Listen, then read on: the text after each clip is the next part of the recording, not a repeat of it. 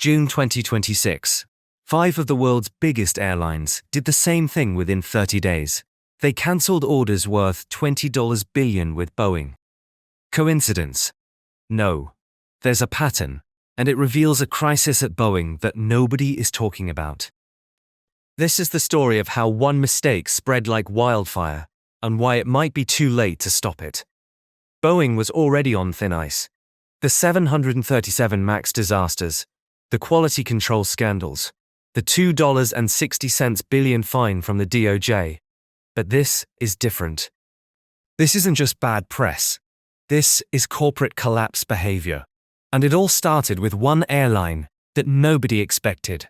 May 15, 2026, Emirates Airline, Boeing's most loyal customer, cancelled a $10 billion order for 57 7X planes.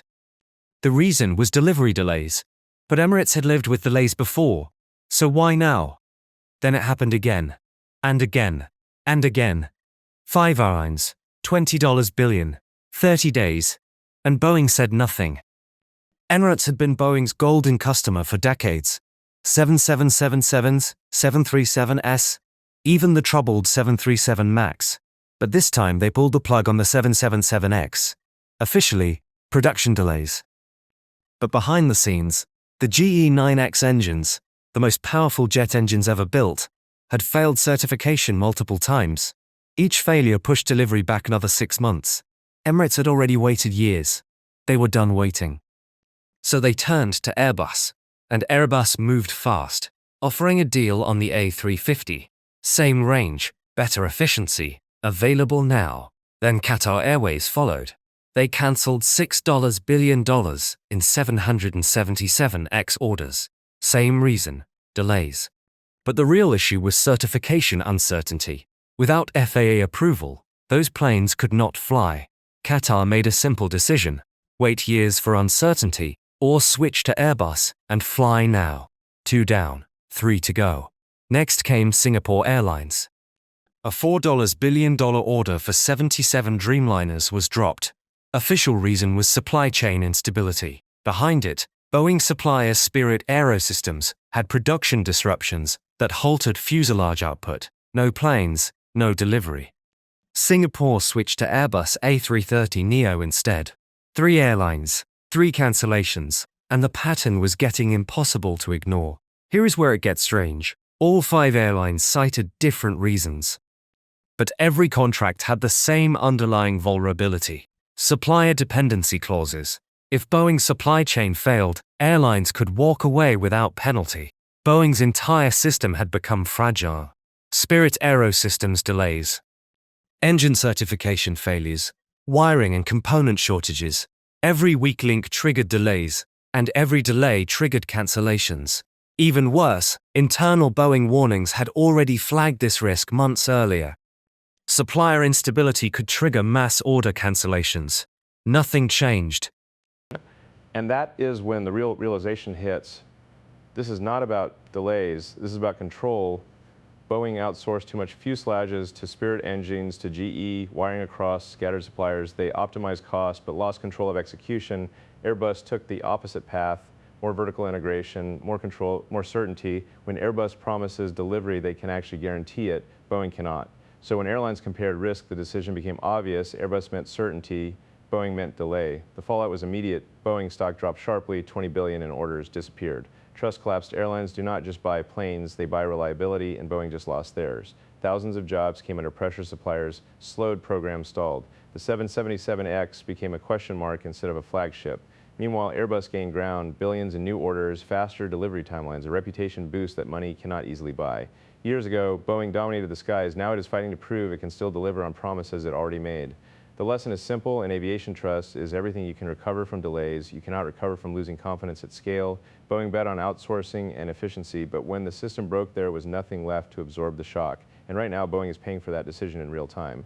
If you want the next breakdown, subscribe next: how Airbus positioned itself to take advantage of Boeing's collapse long before the headlines ever appeared. And that is when the real realization hits. This is not just about delays anymore. This is about something much deeper happening inside Boeing that most people never saw coming.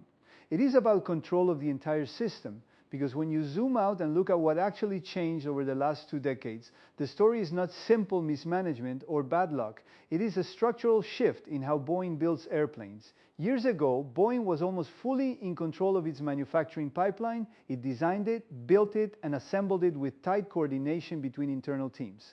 But over time, the model started to change. Executives pushed for efficiency, cost reduction, and faster scaling. And that is where the outsourcing era really began. Critical parts of the aircraft were no longer made in-house. Fuselage sections went to Spirit Aerosystems, wiring systems were distributed across multiple suppliers, avionics components came from global vendors. Entire sections of engineering were pushed outside Boeing walls. On paper, this looked like progress. Lower cost, faster production, higher flexibility. But in reality, something important was being lost. Visibility, because when too many critical systems are built outside your direct control, you no longer fully own the final outcome. You manage it, you coordinate it, but you do not fully control it anymore. And that difference becomes massive when things go wrong. Now contrast that with Airbus. Airbus took a very different path. Instead of pushing maximum outsourcing, they leaned into vertical integration. They kept more of the engineering, assembly, and coordination in-house. They built tighter internal systems where teams could see problems earlier and fix them faster. So when Airbus makes a delivery promise, it is not just a forecast. It is backed by a tightly controlled production system that they directly operate. That is where the gap started forming, because airlines do not just buy aircraft, they buy predictability. They build entire business models around delivery schedules, fleet expansion, route staffing, and fuel planning. So when one manufacturer starts slipping even slightly, the financial ripple effect is massive.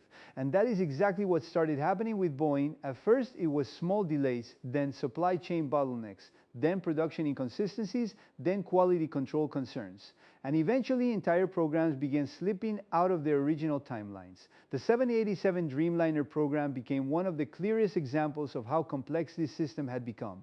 Parts built across multiple continents had to be brought together like a global puzzle. But when any single supplier missed alignment, the entire chain felt it. What was supposed to be a revolutionary production model started turning into a coordination nightmare. And every delay compounded the next one. Meanwhile, Airbus was moving in the opposite direction. The A350 program showed more stability